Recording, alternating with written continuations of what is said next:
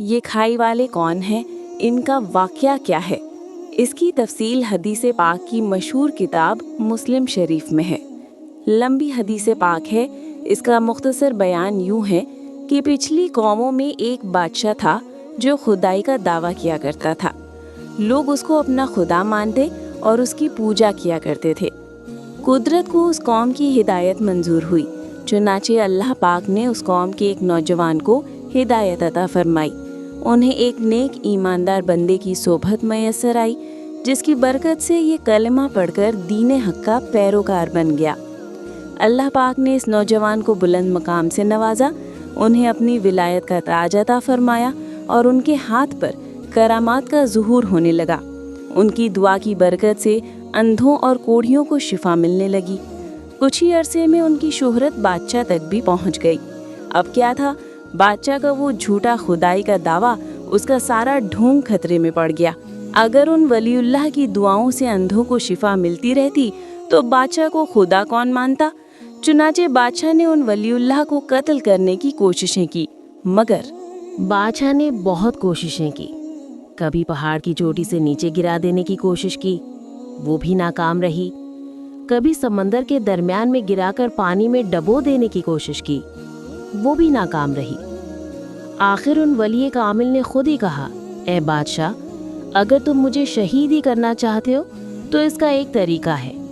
ایک کھلے میدان میں سب لوگوں کو جمع کرو، مجھے کھجور کے تنے کے ساتھ باندھ دو اور بسم اللہ رب الغلام کہہ کر مجھے تیر مارو۔ بادشاہ یہ طریقہ سن کر بڑا خوش ہوا۔ فوراً لوگوں کو جمع کیا گیا۔ ایک کھلے میدان میں کھجور کا تنا لگا کر اس کے ساتھ ولی اللہ کو باندھ دیا گیا۔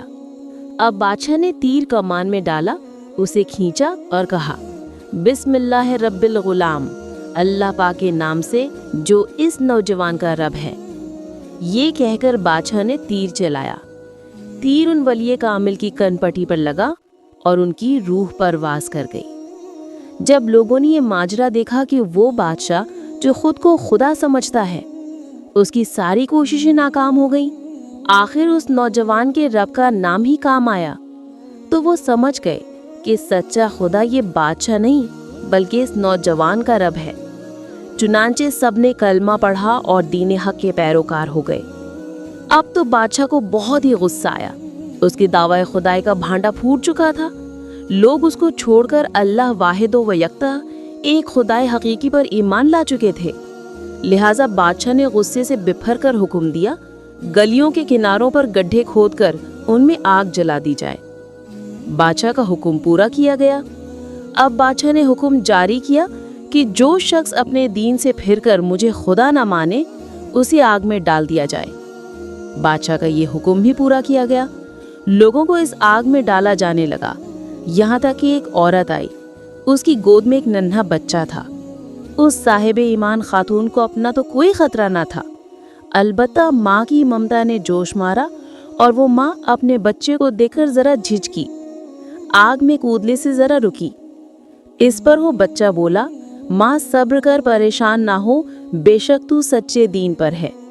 روایات کے مطابق ظالم بادشاہ کے ظلم پر اللہ پاک کا غضب جوش میں آ گیا، اور دیکھتے ہی دیکھتے وہی آگ جو بادشاہ نے اہل ایمان کو جلانے کے لیے لگائی تھی، وہ آگ گڈھوں کے کناروں سے نکلی اور ان ظالموں کو جلا کر راکھ کر دیا۔